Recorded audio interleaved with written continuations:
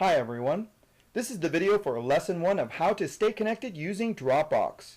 Now the whole purpose of these video lessons is to be able to network with PLC members, with administrators, with students if need be, and with other people you would like to grant access to your files and folders. So it's a good idea to pay attention to everything that's going on in this video. The specific topics that are going to be covered on this video lesson will be how to create a unique username and password for Dropbox, how to install Dropbox from its downloadable file, managing permission settings for your account, and determining if you need to install Dropbox on your tablet or smartphone. From time to time, you will see on the bottom right-hand corner of the screen something I like to call a hotspot. It is something I am focusing on a different part of the screen, and it is something that you should be focusing on as well. Please remember that you can pause and replay any part of the video at any time to review what has been covered. Now to begin, open up a web browser and on your home page's address bar, type in Dropbox.com. What opens up is the home page illustrating a slideshow on a laptop, tablet, and smartphone displaying how data is shared between devices.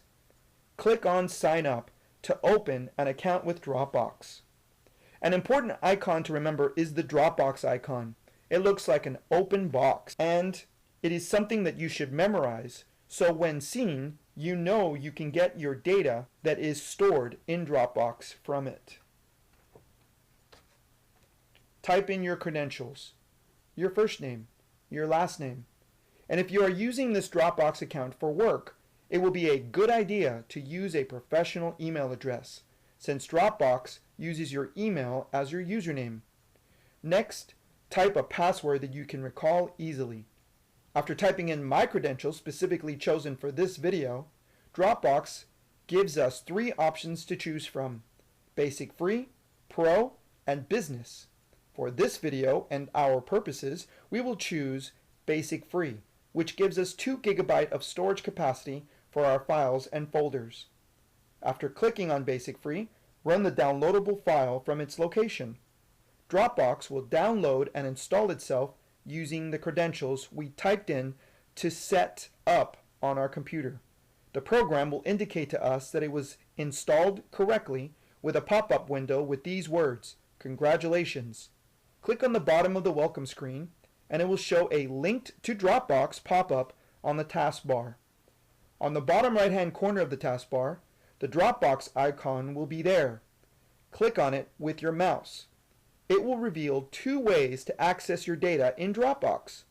One will be to your local computer's Dropbox folder, and the other will be to your Dropbox.com account on the internet, which also gives you access to managing your settings in Dropbox. Click on Dropbox.com. Next, click on Files.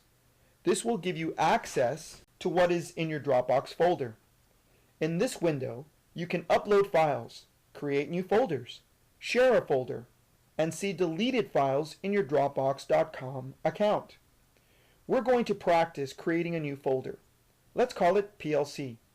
Once the folder is created, Dropbox.com gives me and you the options to invite people to access the folder, share it as a link, download the whole folder to my local computer's hard drive, delete it, rename it, move it, and even copy or create a picture album within it.